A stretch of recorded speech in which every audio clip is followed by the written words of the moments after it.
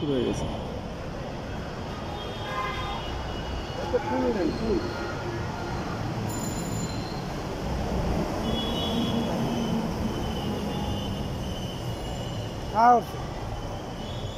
হ্যাঁ ঠিক আছে, হ্যাঁ হ্যাঁ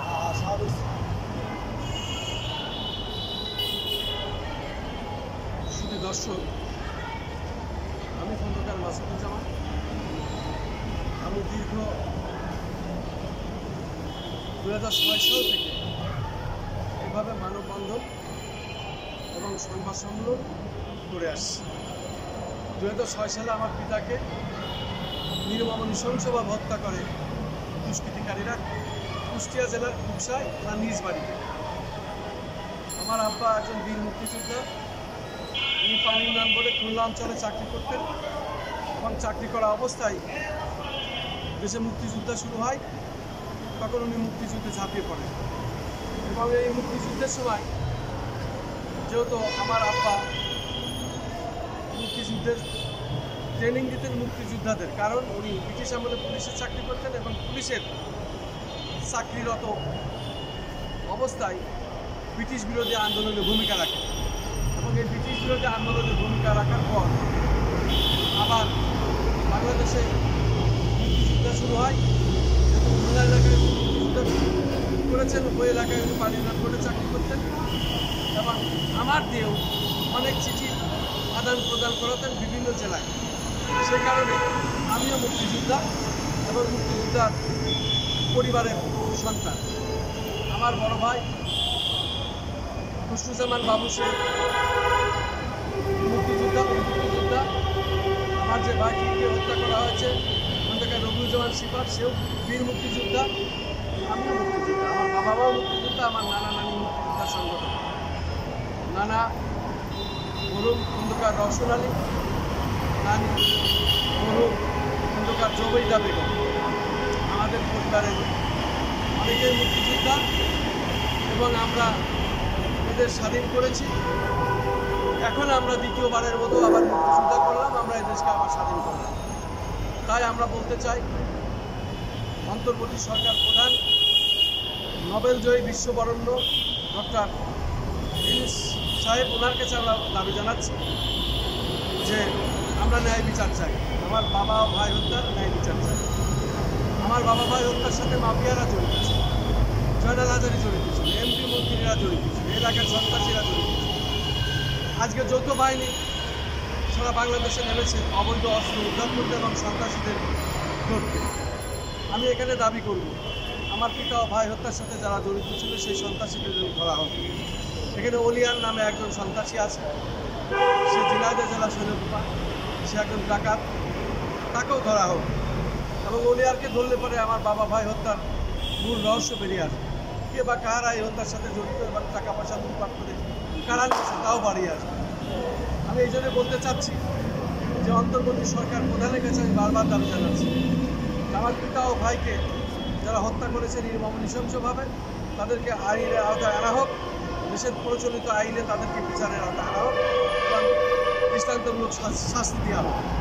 আমি চাই সারা দেশে যত গুম খুন হয়েছে এবং এই গুম খুনের প্রকৃত রহস্য উদ্ঘাটন করে তাদের বিচারের আওতায় আনা হবে।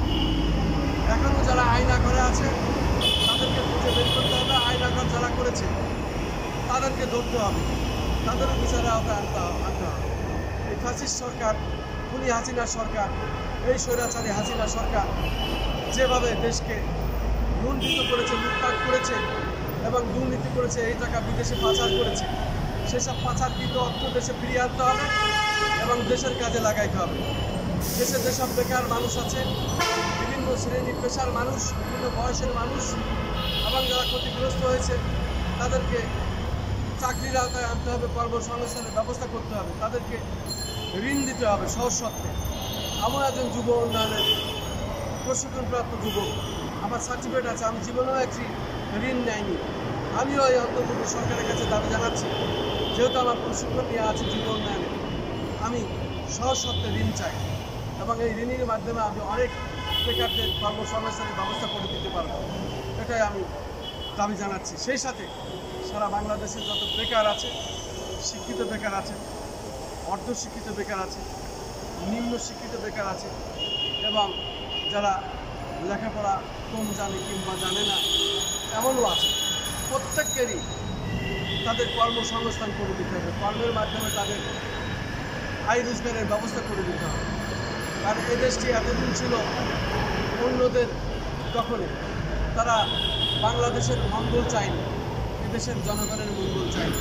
তারা ছিল লুটেরাদের সরকার, তারা ছিল খুনিদের সরকার, তারা ছিল দুষ্কৃতিকারীদের সরকার, তারা ছিল দুর্নীতিবাজদের সরকার, তারা ছিল মাফিয়াদের সরকার। অতএব এখন গণতান্ত্রিক প্রক্রিয়ার সরকার, যেহেতু দেশ স্বাধীন হয়েছে, এই গণতান্ত্রিক সরকারের কাছে আমার দাবি, আমার পিতা ভাই হত্যার বিচার চাই।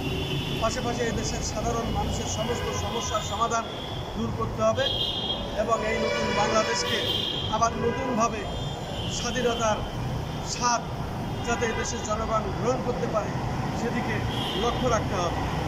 আমি বেশি কিছু আর বলবো না। এইভাবে বাংলাদেশের অন্তর্বর্তী সরকার প্রধানের কাছে আমার দাবি যে আমি ন্যায় বিচার চাই এবং দেশের প্রচলিত আইনে, বিশেষ করে দ্রুত আইনের বিচারে আমি প্রকৃত খুনিদের ফাঁসি চাই, দৃষ্টান্তমূলক শাস্তি চাই এবং অন্তর্বর্তী সরকারের কাছে আমার দাবি যে আমি আমার ক্ষতিপূরণও চাই। এই ক্ষতিপূরণের টাকা জয়নাল হাজারী সহ কিছু এমপি মন্ত্রীরা এবং ওই সময় তৎকালীন মাফিয়ারা এই টাকা পয়সা লুটপাট করে দিয়েছে। আমাদের স্বর্ণ অলঙ্কার সহ নগদ অর্থ সহ 4টি ব্যবসা প্রতিষ্ঠান ভেঙেছে, লুটপাট করেছে, ক্ষতিগ্রস্ত করেছে, আমাদের অনেক টাকা পয়সা লুটে নিয়েছে এবং সেই সব ডিড ডকুমেন্টসও আমাদের কাছে অনেক প্রমাণও আছে। আমরা আইনগতভাবেই দেশের প্রচলিত আইনে এবং অত্যন্ত সহজ হবে যদি আদালতের মাধ্যমে এটাকে, দেশের প্রচলিত আইনের মাধ্যমে যদি এটাকে প্রকৃতভাবে প্রশাসনের মাধ্যমে নির্ণয় করা হয়, তাহলে প্রকৃত আসামি, প্রকৃত অর্থ এবং প্রকৃত যে আমাদের ক্ষতি হয়েছে সবই আমরা ফিরে পাবো। এই ফিরে পাওয়ার দাবি জানিয়ে আজকে আমি আমার সংক্ষিপ্ত বক্তব্য এখানে শেষ করছি। যেহেতু বলার আর আমার ভাষা নাই, আমি কত আর বলবো, বলতে বলতে আমাদের আর বলার কিছু নাই। শুধু এটাই চাই, আমি ন্যায় বিচার চাই, আমার পিতা ও ভাই হত্যার বিচার চাই, প্রকৃত খুনিদের আমি দৃষ্টান্তমূলক শাস্তি চাই, বিচার বিভাগ তদন্তের মাধ্যমে আমি খুনিদের ফাঁসি চাই, আমাদের ক্ষতিপূরণ চাই। আমি এমপি মন্ত্রী সহ যারা জড়িত ছিল, খুনিরা, মাফিয়ারা, জয়নাল হাজারী সহ আরও অনেকেই, জয়নাল হাজারী যে টাকা পয়সা নিয়ে নেয় সেই সমস্ত ডকুমেন্টস আমাদের কাছে আছে।